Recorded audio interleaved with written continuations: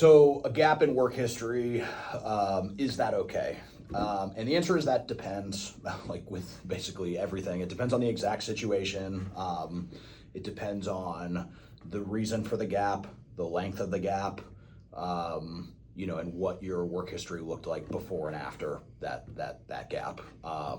So a couple of things that I can say about specific situations that this has happened. I've had people, who, had small, like a month, 2 month work gap is not unheard of, and that's not with just a quick letter basically saying like, yeah, I lost my job and then I spent 45 days looking for work and then I was hired.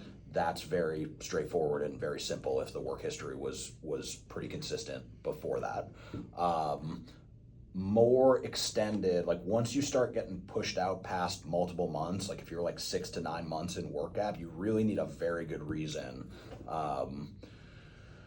why you were out of work. And it also depends to the other thing that there's a little bit of nuance to this is like how recent was the gap? You know what I mean? Did you just start your job 3 weeks ago and you were off work for 11 months before that? That's going to be a little bit looked at a little bit differently than if you had, a 6 month work gap and you've been back to work for 6 months, and before that you had a very consistent employment history. Like the technical guideline is 2 years of consistent, stable work history.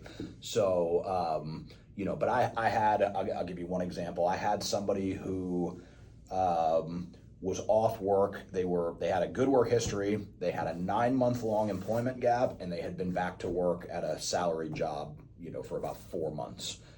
Turns out this person actually was receiving some sort of like drug rehabilitation. They had a problem with drugs or alcohol. They were in rehab for an extended period of time, and then they got out of rehab and they got their new job actually was in the field of like addiction treatment. So what we did is we had them formulate a letter.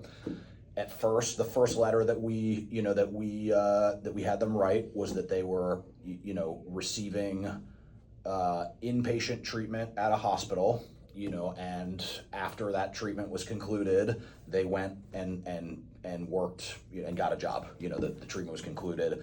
The underwriter came back and asked for a little bit more specificity in that letter, and they told them honestly in the letter, then the subsequent letter that they wrote, that I was attending inpatient drug rehabilitation. I had a problem with substances.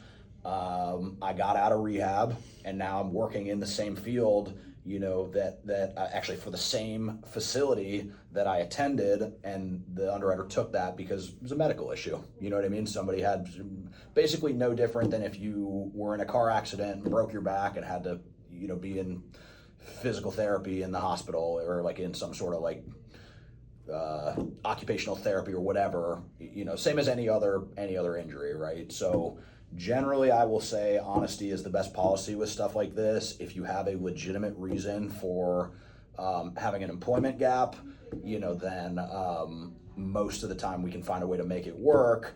Now, if that letter had said, I just didn't feel like working, I quit my job, and I just decided that I would rather surf and go to the beach for 9 months, and then I ran out of money and decided I would start working again, that would probably not be looked at as favorably. I've never actually had that exact situation happen with a gap of employment, like that.